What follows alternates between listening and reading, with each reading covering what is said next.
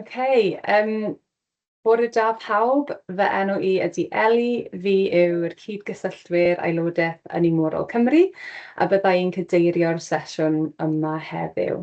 My name is Ellie Methven. I am the Membership Coordinator for Marine Energy Wales, and I'm going to be your chair for the next hour.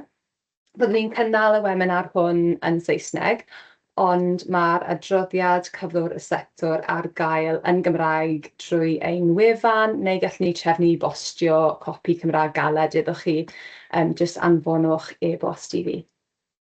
We'll be conducting this webinar in English. However, our State of the Sector report is available in Welsh, either through our website, or if you'd like a hard copy, just drop me an email and we will get one sent out. Just to make you all aware, this call will be recorded in order to share afterwards on the Marine Energy Wales members area. Microphones have been disabled in order to avoid technical complications, but we will be using the Q&A feature in order to facilitate engagement throughout the webinar. We'll do our best to field any questions that come up. However, if by the end of the session you have outstanding questions, please reach out to any member of the team and we will do our best to try and find some answers for you. So we're very lucky this afternoon to be joined by a panel of industry experts to lead this discussion. We have Heledd Cressey.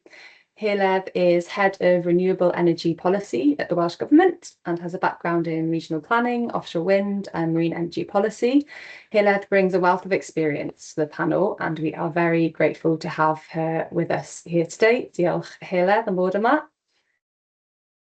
We also have Nikki Keddie. Nikki is Head of External Affairs and Policy at Ocean Winds UK. Nikki has extensive experience in supporting industry investment, and we are also delighted to announce that Nikki is the newest member of our Marine Energy Wales Advisory Board. So croeso, Nikki. And completing the panel, we have Sue Bartlett-Reid. Sue is Chair of the Marine Energy Council and has and continues to play a key role in advancing the UK's wave and tidal energy sectors and in shaping the policies needed to support industry growth. Diolch am fod yma, Sue. So we're going to start this presentation with a high-level recap of the State of the Sector report from Tom Hill, who is the Marine Energy Wales Programme Manager. Marine Energy Wales has been producing our State of the Sector report in its current format since 2020. The document collates spending and economic data from our network of members, which is used to depict an image of the Welsh marine energy industry development over the last couple of years. The report also marks milestones reached in the last year and is designed to be used to track progress, measure impact, and inform decision-making at strategic levels.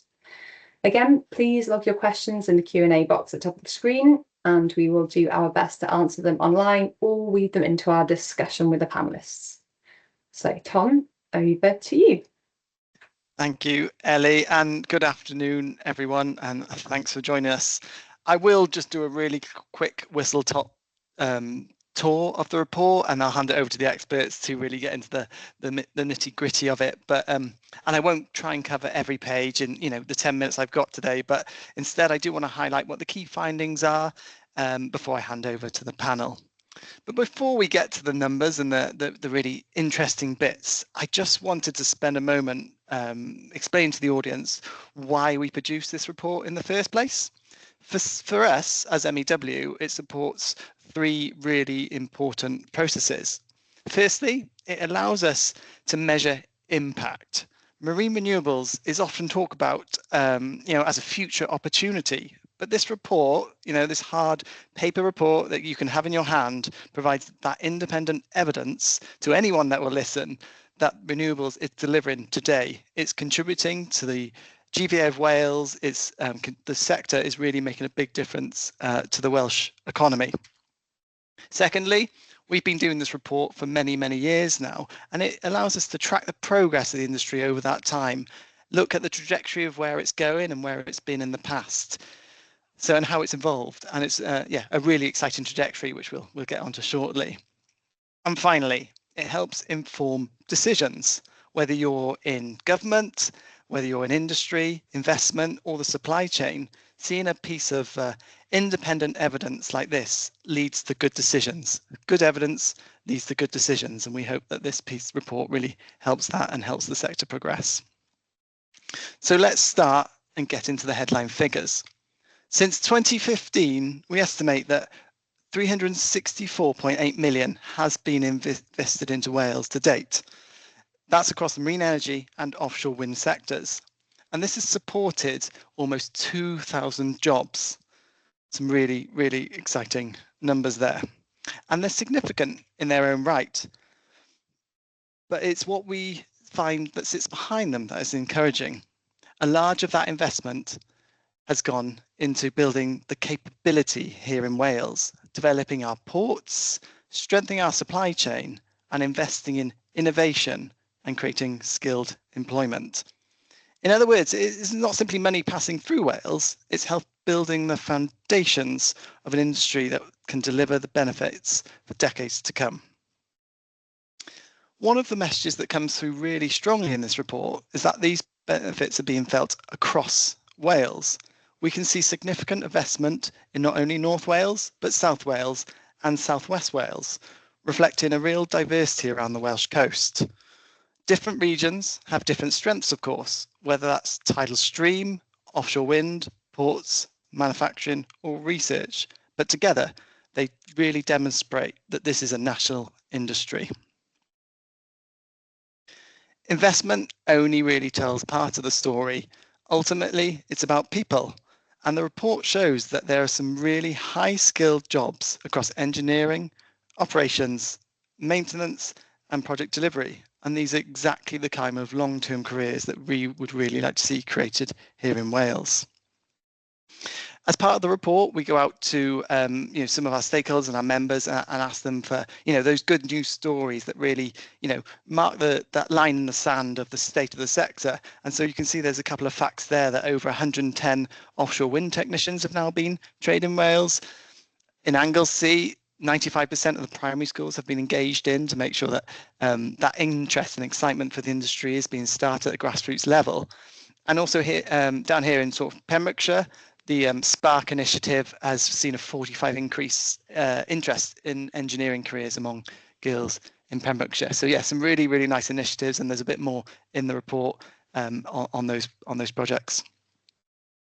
Wales has always been really, really proud of its supply chain, and we really wanted to celebrate in the report this year some of the initiatives that are going on that are helping build that capability across Wales. With a couple of facts there around the companies that are joining Fit for Offshore Renewables and also being supported by the Manufacturing Facility Support Programme. There's absolutely tons of support out there at the moment for renewables, so I really encourage companies on the report on the call today that to look into these more, and there's calls constantly open, especially on the Offshore Wind Growth Partnership. So yeah, really get involved if you're looking to get into the industry and grow your business. On to innovation then. Again, Wales really is the home of innovation, especially when it comes to marine renewable energy. Meta sits at the heart of that. That's the marine energy test area. And we've seen over 15 test programs, over 50,000 hours of testing, and the spend associated with that testing as well has flown, across Wales, and we've seen nearly over 10 million R&D spend as well associated with Meta. So yeah, really, really exciting hub for industry down here in West Wales. So what does this all tell us? Firstly, the sector is already delivering. It's not tomorrow, it is delivering today. The foundations are being put in place for much greater growth over the coming decade. And finally, the choices that we make now around policy, investment, infrastructure, skills, they will determine whether Wales really captures the full benefits and opportunities ahead. I'd encourage everyone to download the report and have a read if you haven't already.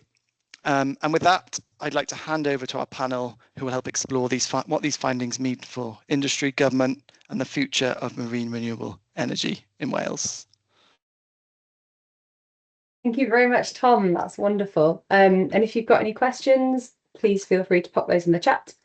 So we'll kind of jump into it. So the newly formed Welsh Government is committed to unleashing the potential of the Welsh economy and building a path towards energy independence. The government's committed to developing a Welsh national energy strategy which will map Wales's current and future energy needs and set a clear long-term plan for the infrastructure that's required to meet them. The government's intention for this plan is to provide greater certainty for developers and communities, and also provide a foundation for forming a renewable energy sector deal to align the stakeholders and provide clearer planning requirements and firm kind of predictable consenting timelines for project developers. Our natural resources in Wales position us uniquely in regard to developing a really powerful marine renewable energy sector. Our Cabinet Minister for Enterprise, Connectivity and Energy, Adam Price, has already met with tidal developers to understand the landscape of the projects. And it's really encouraging to see figures from across government here with us today, as well as representatives from across the full breadth of the industry. So as we continue to engage with stakeholders at all levels, Nikki, what is the importance of documents like the State of the Sector report, and how should they best be used? It's really important to understand that actually those of us that work in this sector, in these sectors, do it all day, every day. And we have probably done so for, in my case, 15 years, but a decade or so. And we forget that there is limited information or not much understanding about how it works, what the investment actually looks like and what it relates to. So I think reports of this nature highlight what that is, and they bring the key issues and the key challenges to the fore, and they help educate so then better questions can be asked. Companies in the supply chain, for example, can maybe question, oh, maybe this is happening in an area that we're in, and maybe we could get involved and start to look at that in a different way. And I think also it sets a, like you said, a baseline in terms of understanding of where we are now, and then you can focus on reviewing that as you go. And I think that can be really helpful, rather than just at the end saying, well, we've had all this, but you have no clear view of how it's progressed. I think the document sets out very nicely how it looks like it's going to progress over time, which is helpful as well, rather than just being a snapshot of today. Mm-hmm. And so that's kind of like, as individuals, we can use this report to do all of those things. And when you're kind of like zooming out on like an industry level, Sue, could you maybe talk a little bit to how, as a group of people with a shared vision, we can use this document? Yes, I think, Nikki touched on a point, and good afternoon, everyone. Great to see everyone. I think it's really important that we have a singular document that allows us all to reference where we're at. It's a snapshot in time. And of course, Marine Energy Wales has produced these reports annually. So it allows us to see that growth and that projection of where we're heading in terms of, sectoral growth, in terms of full-time employment, in terms of economic return to Wales. So it really sets the scene. But I think more importantly for me, it's about how impactful a singular set of data can be for the audiences that we want this to land with. So we talked about, not all of us are in the industry every day, but of course, this allows us to speak politically to the growth and hit some of those targets in terms of policy and intention being set by new governments. It also allows others within the sector who may be on the periphery, whether it's supply chain, research organisations, people outside of Wales, to see where we're at. And it gives us a singular message. So it means that we're all effectively speaking from the same script. So when we're trying to push the industry forward, we have the right data and figures to speak with a singular voice. So I think it's a really important document. It can be really impactful as well. Thank you very much, Sue. And as we're kind of working to push these data points kind of in the positive direction in terms of like sectoral growth and economic impact, what can we do as an industry to make sure that we realise the full potential of the marine renewable industries for Welsh communities, making sure that jobs and employment security is on the forefront of some of those benefits that we're realising? Heledd, maybe you can start us off on this one. Yeah, pnawn da pawb. So I think we've got a very good model of tidal stream technology, for example, in North Wales with the Morlais tidal stream programme coming forward there. I think with the new government, it's always been clear that we need to maintain that value of any industry within Wales, and renewable energy will be a key industry within that objective of increasing productivity in Wales. So we need to work with the industry to ensure that we've got the skills from within those communities to come forward. So we're working very closely with colleges. You know, we've got our colleagues in the skills division working on a net zero skills action plan, and they're looking to have a summit in September. So I think ensuring, you know, the first question was in relation to the state of the sector. You know, even though without seeing any devices in the water, we're already generating this magnitude of investment in Wales, and it's ensuring that we capture the biggest value from those investments going forward, making sure that we've got the manufacturing, making sure we've got the skills to support that manufacturing opportunity, and then working with the supply chains in Wales. The Welsh Government has been clear now that, you know, fostering that ability of small scale enterprises to come forward to be able to take advantage of this opportunity is a key objective of this government. So, you know, offshore wind is helping us to achieve an energy target that this government will be setting, whereas tidal stream, you know, is also looking at these, and obviously offshore wind within the tidal stream is looking at these economic value that these opportunities will provide for Welsh communities. And this government has been clear that if we're hosting it, we're expecting the value to be retained in Wales. That's great, Heledd, thank you so much. Sue, could you talk a little bit about how supply chain companies can expect to engage with the marine renewable industry in Wales, and kind of what supports might be available to them? Yeah, so I think Heledd raised an important point, which is around coordination. So if we want to secure both the economic benefits, but also the employment opportunities in Wales through these sectors, we need a degree of coordination. And I think there are a number of programmes that are being run through Welsh Government, but also through organisations like the Offshore Wind Growth Partnership, Marine Energy Wales itself, and also things like the Marine Energy Council, where it's drawing people together and identifying those opportunities. And clearly, a lot of those opportunities will be in the supply chain, but they need to be identified, and we need to share expertise and knowledge to ensure that the jobs do land here. So in any kind of growth scenario for jobs and economic opportunity, usually some form of clustering is really important. So I think there are a number of opportunities in things like the Supply Chain Accelerator, you know, things around the free ports and the sort of opportunities that are being built that need to be coordinated so that we ensure that when we do see growth in these sectors, that the supportive organisations, the people, the skills are built at the same pace, because that creates opportunities in growth. So I think the coordination is important. The schemes that are being put in place to support supply chain engagement within the sector are important. I think it's really important that people also continue to engage with the sector through Marine Energy Wales and other organisations to make sure that we can see where we're going, and we make sure we gain and grab those opportunities. You know, it's Indigenous resource. We need it to be Indigenous to growth within the economy within Wales. So huge opportunities. We just need to make sure it's coordinated and there's lots of signposting and identification so that we land those within Wales. Mm-hmm. It's really nice to hear you talk about some of the support organisations that are available to supply chain companies in Wales. And if there are people who are attending who'd like some more information on that, please reach out to the team. We'd be more than happy to give you some more information on who might be able to provide you with kind of some more assistance.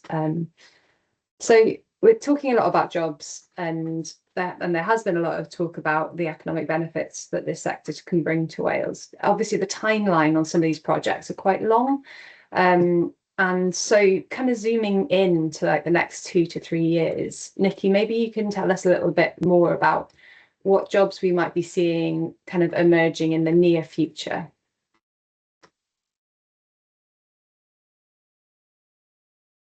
Sure. So I think it's important for everybody on the call to recognise that project development timelines are very long, particularly in marine and very much in offshore wind. So we're talking about 10 years or so to develop a project. And that starts right the way from getting your lease and all the preparatory work. And obviously with Celtic Sea, there was a huge amount of work and long lead up time. Then all the sort of work that goes on in terms of refining what your project's going to look like, stakeholder engagement, understanding policies. And then you have very much the reviewing of consent data and survey data, if we've had it. So, for example, with the Celtic Sea leases, we were provided by the Crown Estate lots of data. So we've been reviewing that. You're looking at grid connections and preparing for your onshore and offshore consent applications, and then waiting for those to be granted. So there's a huge amount of work in the next couple of years for our project as we move forward. We've been spending the past year, roughly since we've got our option to lease agreement, reviewing that data, making sure that it's sensible, that it works for the project, whether we need to get more, looking at setting up the project team, making sure that we understand our grid connection and how that works. Grid is the biggest challenge for sure at the moment. And so we're spending a lot of time looking at that. There's a lot of engineering design. And then once you get your consent, you're moving kind of into CFD bids. There's a huge amount of work that goes on in terms of valuing a project and looking at all the different assumptions and financing that goes into that, preparing your bid. And then once you get your CFD, as very much like Airbus is just now, they're looking at how they can then move into final investment decision, into construction, and then into operations. Each phase has its very particular parts to it. But I would say that at the moment, for us anyway, it's very much about professional services. So it's about engineering and design services, consenting, surveying, lots of communications, law, legal things, setting up contracts and whatnot, quite a bit around procurement as well, looking at procurement strategies, getting to know the area, looking at ports and how that would work for us. So that's really what we're going to be doing over the next couple of years, is really trying to get our consents organised, get the grid organised, and get to know the area better, and hope that all our stakeholders can get to know us better. I think it's important to note that the sector is often coastal, obviously, so you've got lots of opportunities for jobs and high value jobs around the coast. They can be clustered in, and often are clustered in cities, but that's not necessarily needed. A lot of the clustering will be around the ports. So it helps with regeneration, it helps with keeping jobs in rural areas and kind of stemming that brain drain that often happens.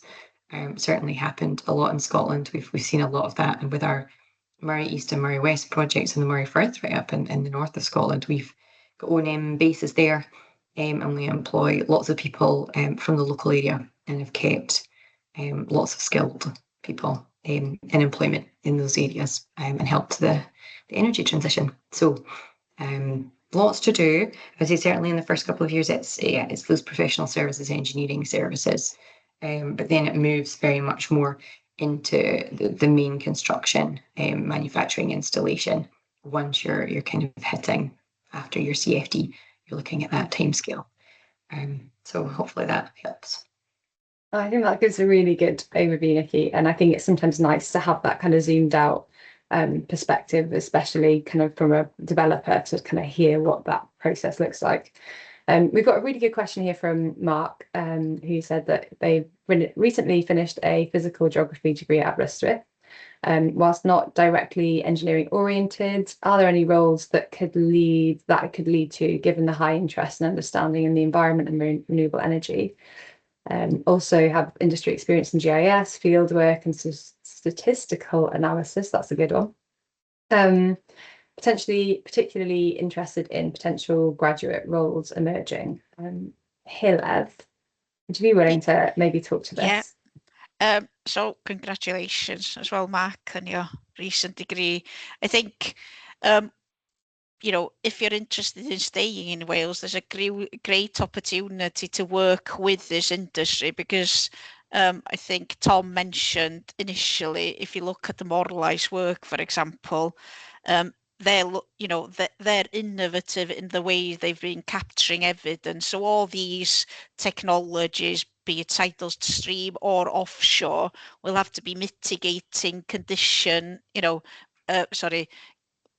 once they've had their permission and they've been consented, there's a role then for, environmental experts to be looking at how that environment is changing with these technologies within that marine environment. And then as you move forward, there's, conditions set on the basis of, as long as you can prove this, you can move to the next stage. So there's a huge amount of opportunities within this industry for such graduates as yourself. So I think it's a matter, unfortunately, sometimes of you reaching out to companies, which I'll let MEW, Marine Energy Wales, maybe touch on that. But with the work that's going in the Welsh Government, we're certainly looking at how we can support businesses going forward.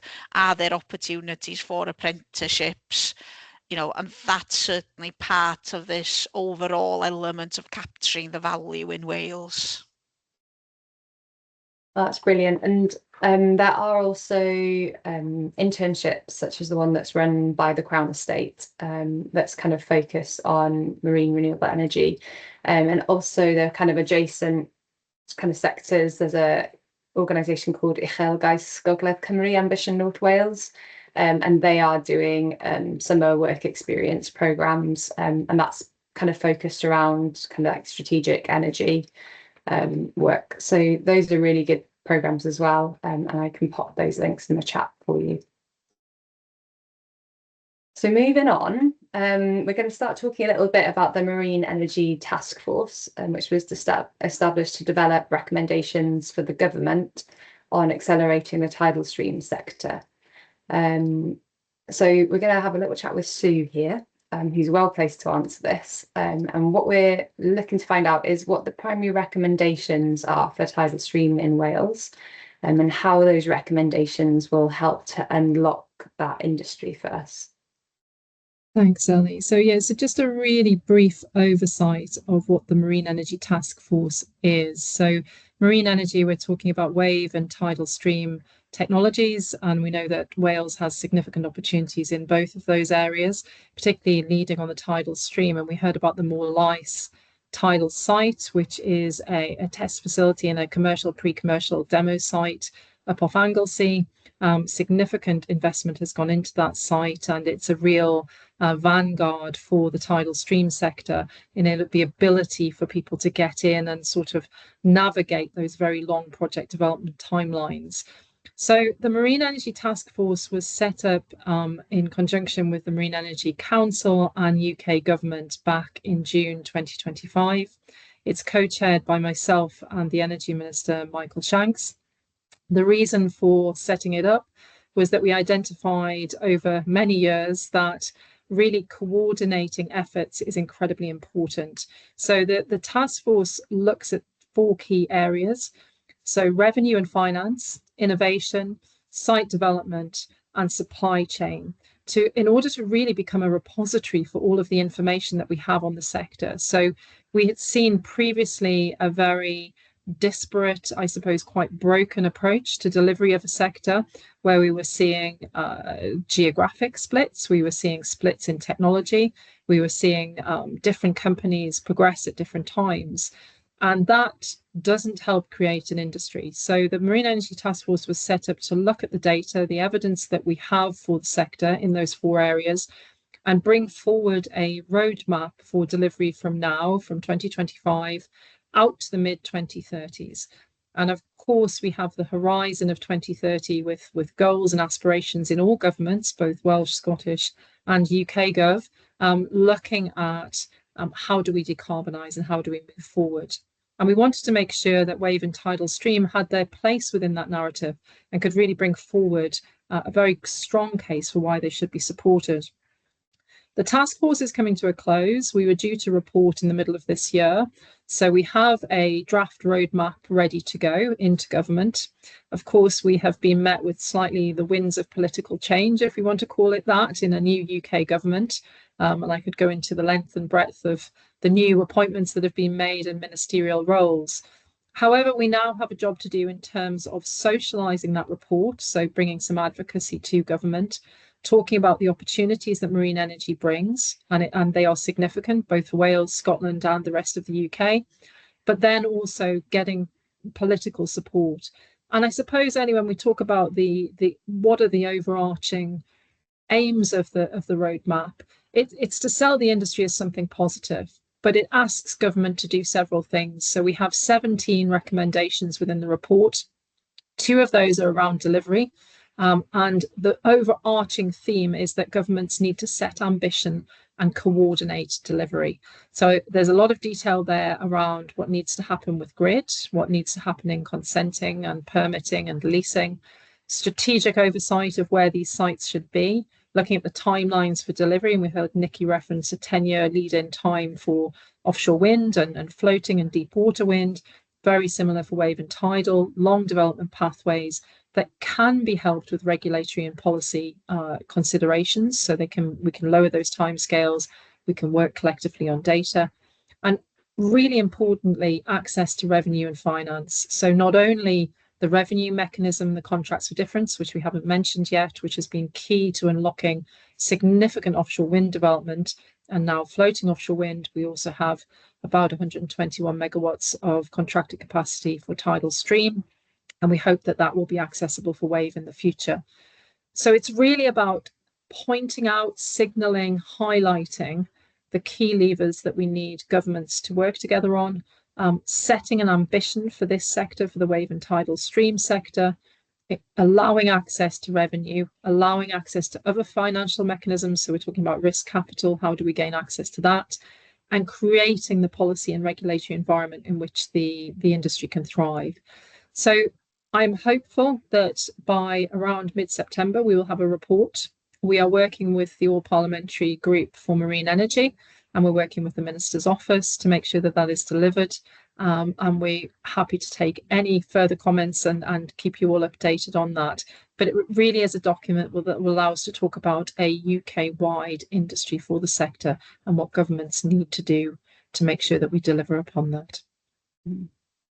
It sounds like a wonderful piece of work, and I think we're all really looking forward to seeing that being published in September, and we'll look forward to having maybe another little webinar looking at it. So talked a lot about the really positive support that we've had from government in terms of public investment in tidal stream to date. So looking forward, Heledd, maybe you can talk a little bit about how we can attract private finance in order to help kind of convert that investment into creating a sustainable future for our tidal stream sector.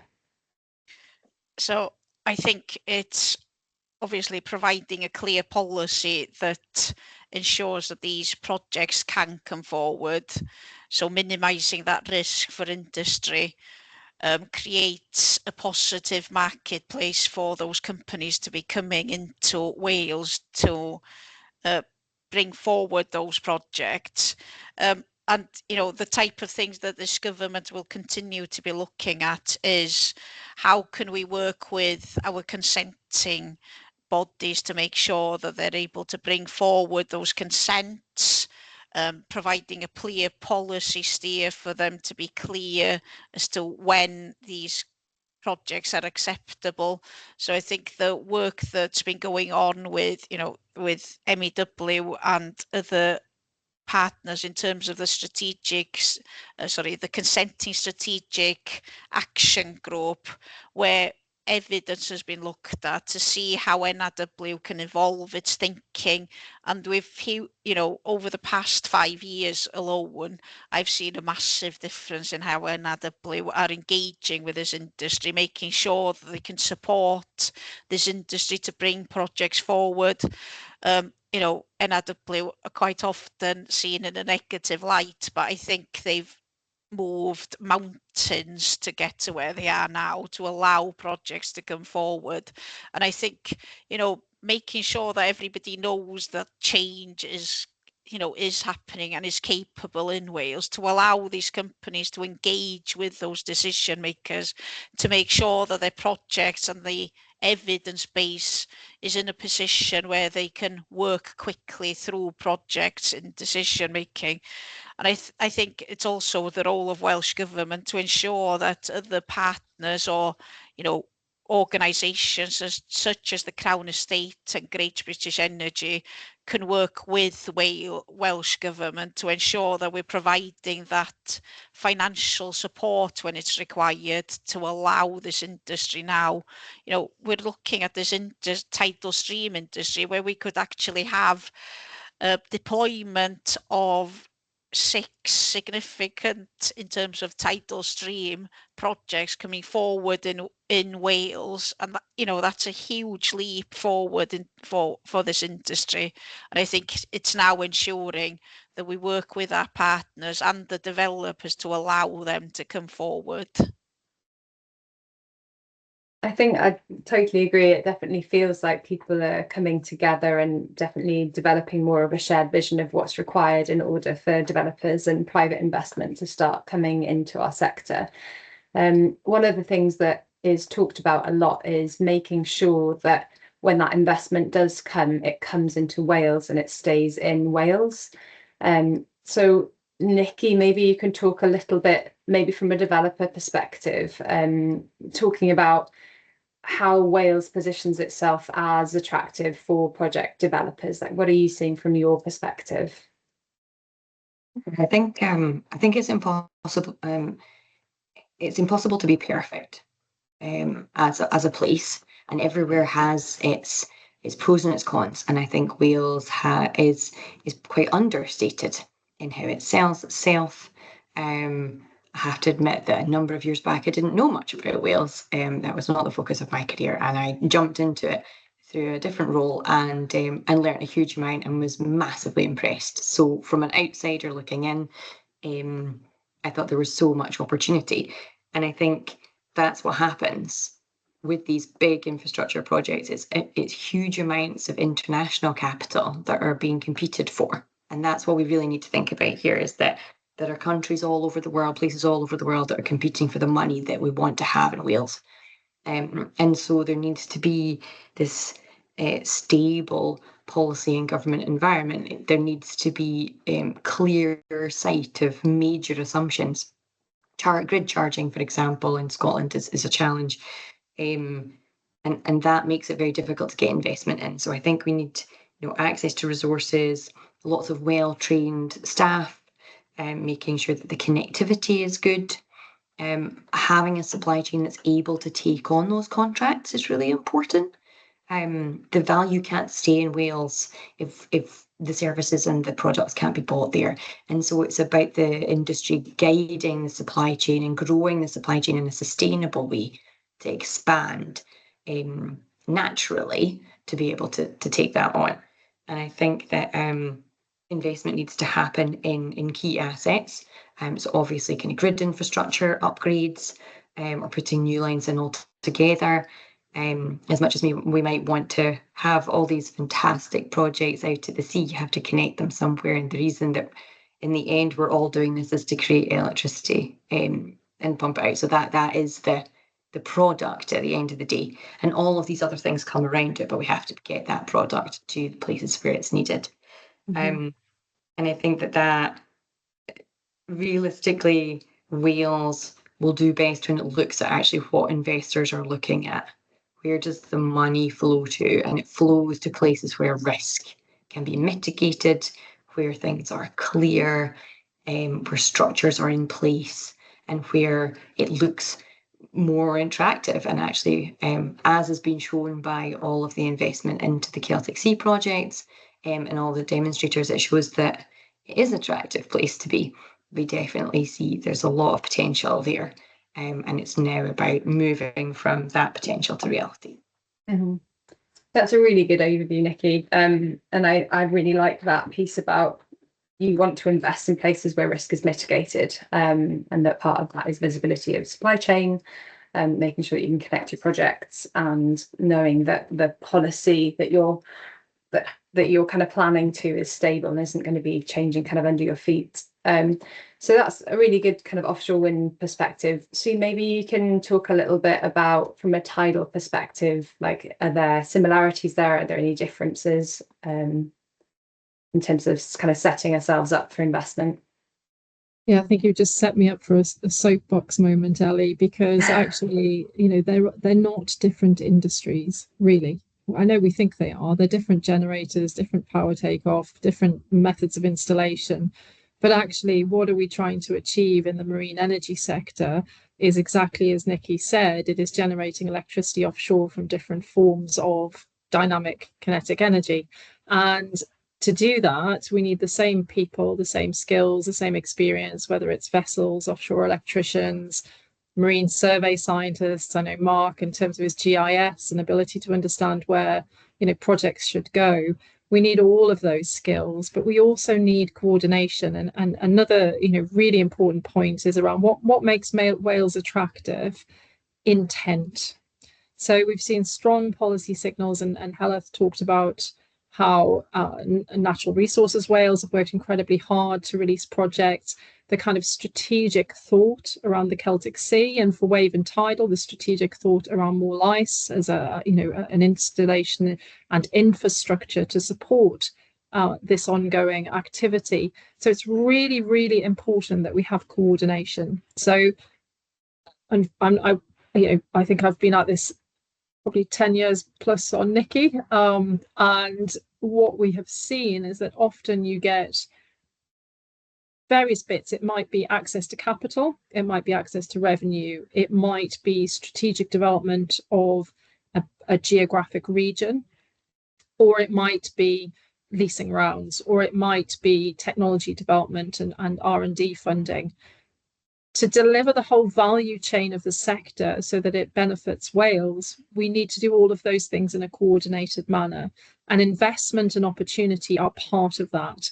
But if you don't have grid, you're not going to invest. If you don't have a high enough TRL level in your technology hasn't been developed and it isn't proven, you're not going to invest. So all of these things need to happen in a coordinated manner to reduce that risk for investors, but to make sure that there's a positive outward signal that you can invest and there's continuity. So again, it's all about coordination. It's making sure that all the parts of that jigsaw are there so that the risk is clear. So we all understand the picture on the front of the box and we all know where those bits go together. And that's what will unlock the opportunity for Wales. And I think historically in Wales, we've seen a very, very strong intent to do that. And I think that's really, really down to Welsh Government and their aspirations. So that's a good foundation to build on, but we need to continue to coordinate. Mm-hmm. I think that's good. And talking about those kind of signals and strategic intent from like the Welsh Government perspective, I think it's worth calling out the 2 free ports that have been established up in North Wales and down in South Wales. Heledd, maybe from like a Welsh Government perspective, you could talk about what the importance of establishing those free ports have been for those geographic regions. Yeah, I think that the work that's going on as well in those 2 regions you specified, as well as the growth deal, I think we need to remember the part that the growth deals have been taking in these regions, in that these free ports were there to create these opportunities for these industry, and that's been a key part of the objective of setting up the free ports.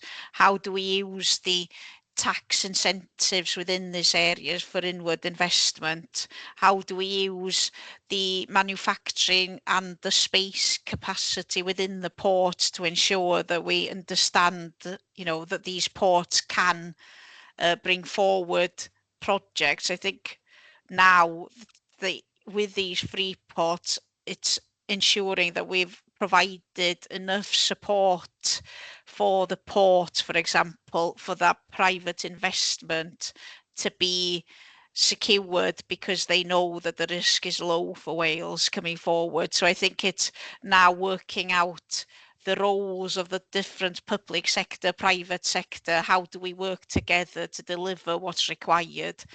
You know, that there's the free ports are allowing that conversation to work, but you know, ensuring that the work that we've been doing in coordinating opportunities with supply chains within the energy division, we've got Helen Donovan looking and working with supply chains, you know, and then we've got another colleague looking at skills. So how do we bring this all together to create this ecosystem of opportunity that the private sector needs to allow them to come forward? You know, Nikki was saying that we're not very good at probably indicating how well we are succeeding in Wales. We've got universities, you know, we've got Bangor University with one of the best environmental capabilities probably in the world. We've got Swansea University, Cardiff University with their engineering backgrounds. We've got, you know, somebody on the Mark on the call illustrating how these universities are providing that research and innovation that's required for these sectors. So I think it's one, selling what we already have to a degree in a better way so that people like Nikki know that we exist before they have to come here and literally see them. You know, we've got Gerenex, for example, you know, I know this is fixed offshore wind, but they were blown away by the offer that Coleg Llandrillo is providing for that industry in North Wales. Unless we show that we've got these things, the private investment's never going to come here. So I think we need to all work together probably with the free ports, with the regional, with the 4 regions within the areas to make sure that actually we've got what you need and we can work with you for what's not here already. So I think it's understanding then how we can work together to build on what their future requirements might be as well. Mm-hmm. And I think that's a really good use for the State of the Sector report as well, is for giving that kind of high level overview of the fact that we do have all the pieces necessary in order to make this happen and to be a good investment for people coming to Wales. So we've talked a lot about, I'm going to jump forward a little bit here because we're running a little short on time. We've talked a lot about the need for the supply chain to be ready when our projects come to Wales. And there are a fair amount of financing mechanisms available to supply chain companies who are looking to engage with a pipeline of projects. If you are a supply chain company and you want to learn a little bit more about that, please reach out to Green Energy Wales. And we had a really successful financing roundtable back in January, and we'd be more than happy to signpost people to sources of support in that kind of area. So looking again now at the report, one of the things we talk about is the fact that 364.8 million has been invested in the Welsh marine energy and offshore wind sectors. Spend to date has clearly been focused around supply chain and tidal projects. Nikki, I'm wondering if you might be able to speak a little bit more to the nature of how this money has been spent at this stage in the development of projects. I think, as I mentioned earlier, early on in the process, there's a lot of consenting work, a lot of surveying work, and the big ticket amounts tend to be in the early stages of development. They tend to be staff costs, so that's a big amount. But realistically, anything that you do offshore, and so on all this as well, costs lots of money. So vessel time, port time, berthing, weather risk. So every time that your vessel sits on a quayside, it's not doing what it needs to do, you're still paying for it. A lot of, and in Britain, obviously, the weather risk is higher than some other places in the world. Effectively, you're paying for port space, you're paying for vessels, you're paying for the crew, and a lot of the survey work that goes on offshore can take a long time, and it's quite intensive. You'll also have lots of surveys onshore, whether that's your good cable routes. You'll have potentially a slightly later kind of geotechnical and geophysical surveys. and particularly with geotechnical, actually boreholes. Now that might, it depends on what kind of substructures you're looking at. So different surveys will be required, but really to understand ground conditions, understand ocean conditions, and having all the spend in the preparing of the consent applications is the largest spend, I would suggest, normally at that point in the process. Depending, there can be CSR and community support, so that can come in to play, but it tends to be the big offshore kind of survey stuff and the preparation for consent and CFD that's the main cost. So a lot of those professional services. I see that Gordon on the chat had Gordon Brown, you'd asked about, would we be procuring ecological environmental support from SMEs in Wales? And I think absolutely we would want to do that. People, companies in Wales and people in Wales have very specific information and know the local area and know the ecosystems and how it works. So you'd always want to be working with local people.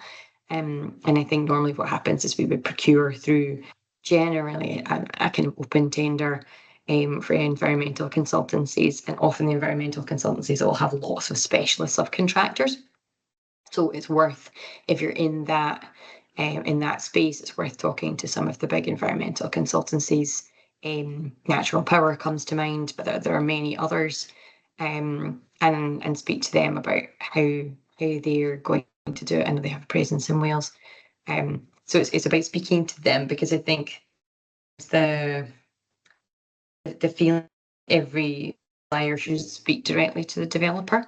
And I would say that in the majority of cases, unless the supplier has something very innovative or something that will change cost by a huge amount, or maybe change a whole strategy for O&M, for example, generally the supply chain will need to speak to tiers where they're supplying into.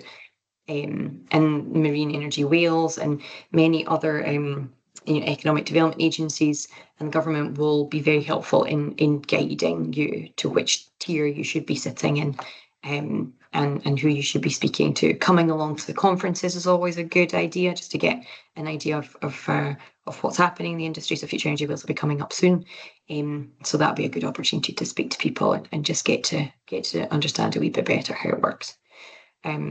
But I think that's the main kind of investment at the moment.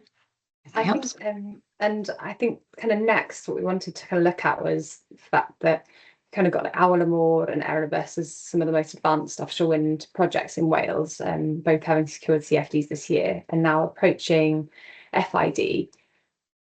We've talked a little bit about what those teams will have to have navigated to get to this point in their development, but sort of knowing that we have supply chain companies here represented on the call, what are we kind of looking at doing over the next 2 years? What's kind of next on the list?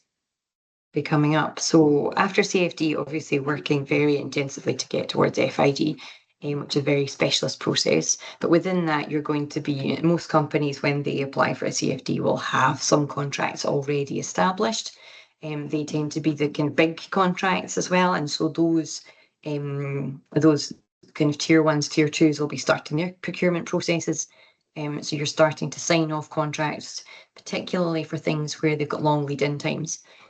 So grid infrastructure, substations, cabling, there's a huge international demand for them, and so timelines can be long. Getting your port set up, so it's all the preparation for construction. Onshore construction works tend to start quite early in the process.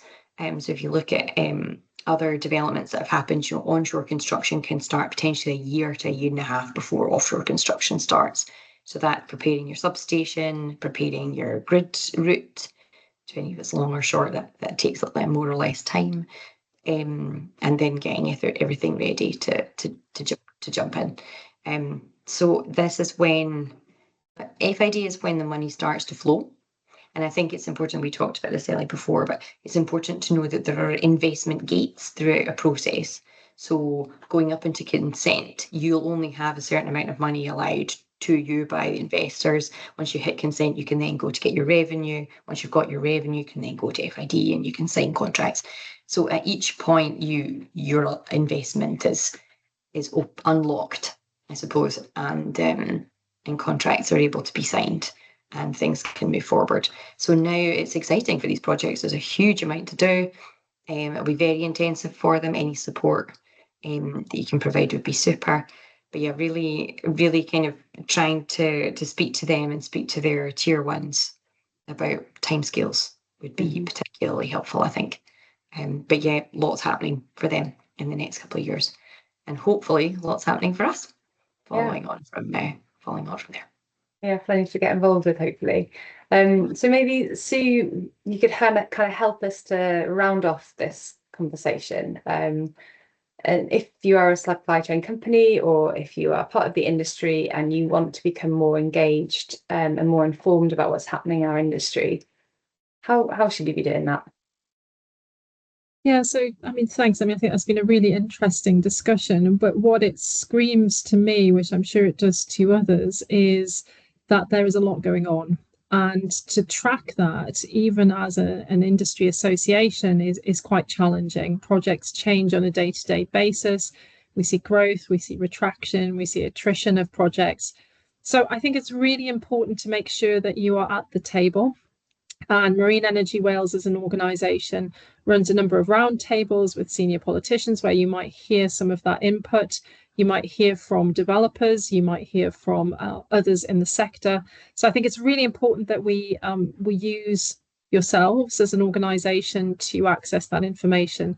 So things like the members areas coming along, I think we've mentioned coming along to conferences and sessions, and making sure you're at the table. And that's actually a two-way conversation. So when we go out and we talk to supply chain, they will come back with ideas. They'll come back with, with thoughts around direction of travel, about how we can do better to engage and make sure that everyone secures the benefits. So, it's really useful for people to attend meetings, to come to these webinars, to come to roundtables, to come to sessions that are provided, whether they're local to you or not, and really be involved in the conversation, because that's where those opportunities are found, and it's where the slight challenges to gaining those opportunities can be reduced. So I think it's really important to get involved, really important to keep talking. There's a number of online resources, both the website, we see the State of Sector report is live and on that website as well, and use the teams and the organisations of which hopefully you are members of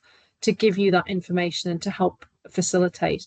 And if anyone has ideas or has structures or thoughts around how to really, see this industry grow and make sure that Wales is an integral part of that, then do speak to the team at Marine Energy Wales. I think that's, it's an incredibly important resource. And having been involved from the early days of a very small organisation that was very, I suppose, locationally focused, to now one that is pan Wales and engaging on a UK-wide level, I think we really need to applaud Marine Energy Wales and use it to make sure that we're getting that two-way conversation about how we all grow in industry collectively. Thanks, Sue. It's always good to hear that people see value in the work at Marine Energy Wales, because we do make a difference and we do bring people together. And I think that everybody would agree that we have a good community of people who are doing good things. If anybody's interested in engaging with us kind of moving forward, please feel free to reach out. Please feel free to reach out. I'm always up for a chat and happy to find some time to have a cup of tea or come and visit. We do kind of find ourselves moving around Wales across the year, so there's plenty of opportunity for that. Before you go, if you would be kind enough as to give us some feedback as to how useful this has been, that would be hugely appreciated. We will be looking forward to running similar events for throughout the rest of the year. If you would like a hard copy of the State of the Sector report, please drop me an email. I'm happy to get those sent out.